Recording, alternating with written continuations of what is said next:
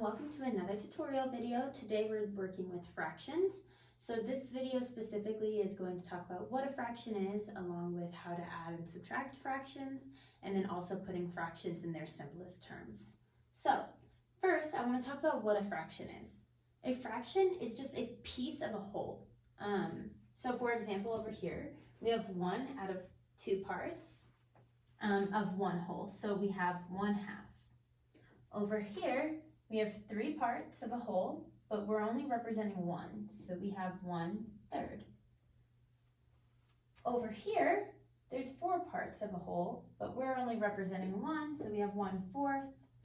And over here, we have 1 out of 6 pieces of that whole. Okay, we can always, if we wanted 2 parts here, for example, if we now fill in this piece, then now we have 2/4.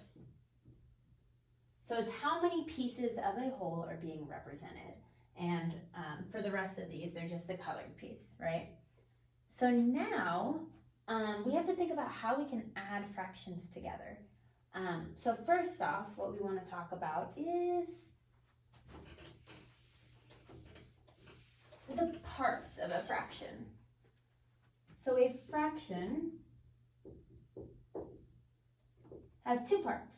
We have the numerator, which is the top, and the denominator, which is the bottom. So if we're representing this as a fraction, here's our fraction, okay?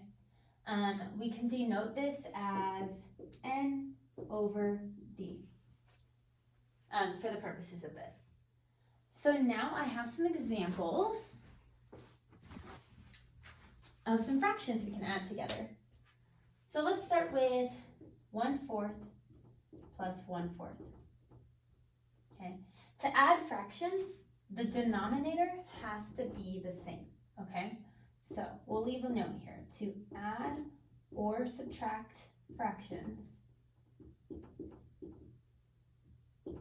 denominator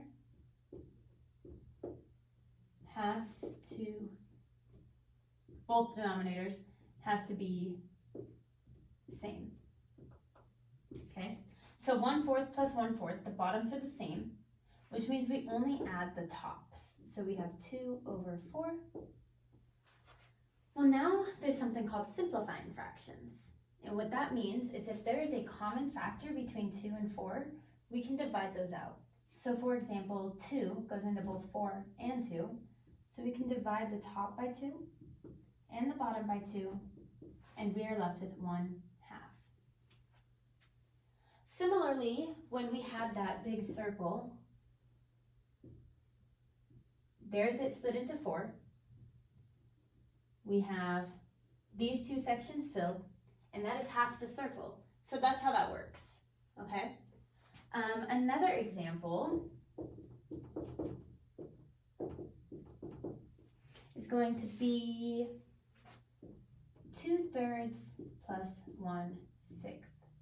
Okay, so the first thing I want to note is that the bottoms are not the same, and we need them to be the same. So now we have to figure out how to do that. Well, up here, I could divide out a term to make a smaller fraction, but here, we can't make this smaller, so we need to make this one bigger. We need that bottom to match that bottom, okay?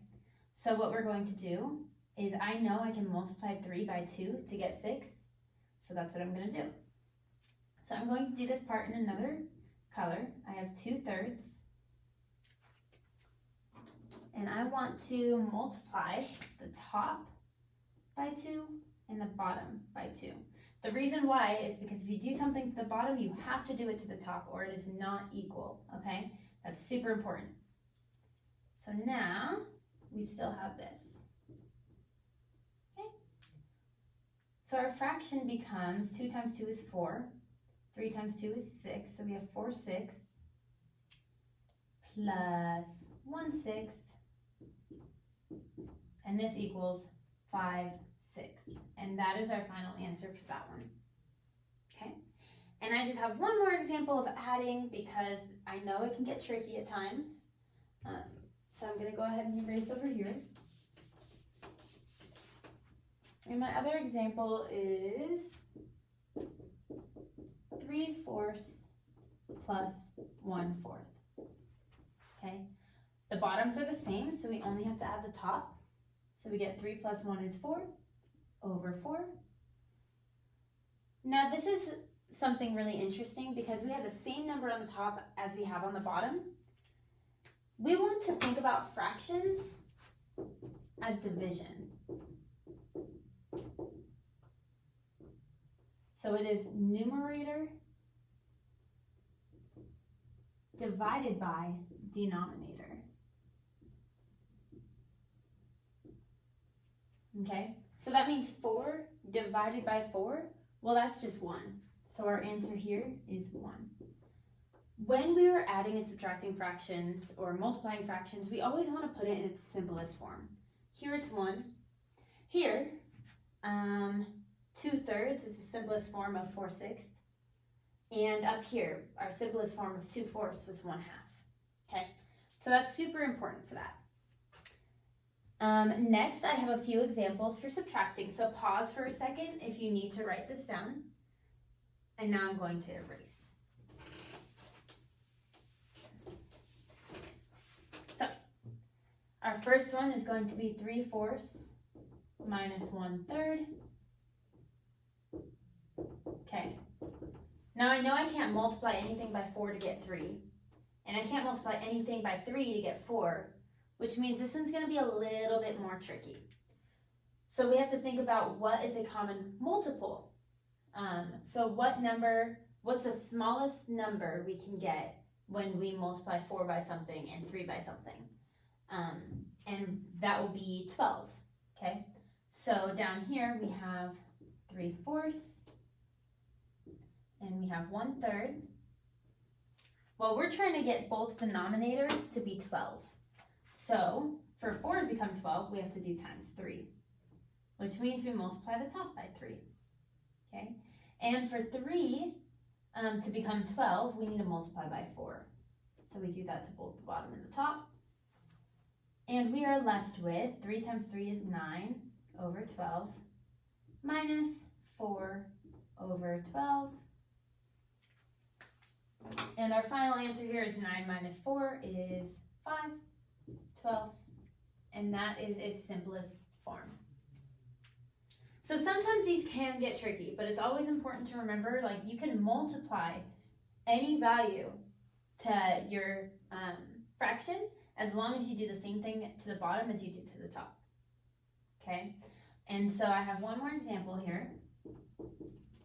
We're going to do 3/4, oh, no, we just did that one. 8/9 minus 2/3.